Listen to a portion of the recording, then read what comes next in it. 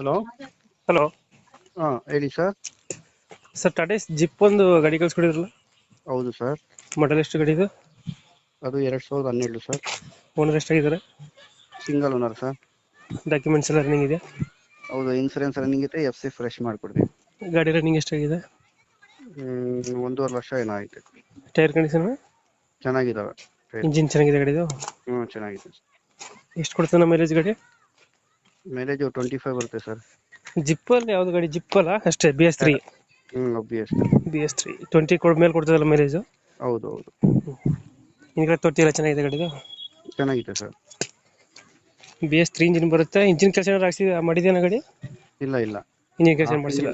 Half engine ಕೆಲಸ ಮಾಡಿಸಿದ್ವಿ. ಇವಾಗ condition ಚೆನ್ನಾಗೈತೆ? ಚೆನ್ನಾಗಿದೆ. ಎಲ್ಲೈತೆ ಲೊಕೇಶನ್ ಗಾಡಿ ಇದು? ಅದು ಮೈಸೂರು ರೋಡ್ ಸರ್, ನೈಂಡಳ್ಳಿ. ಮೈಸೂರು ರೋಡು ನೈಂಡಳ್ಳಿ. ನೈಂಡಳ್ಳಿ.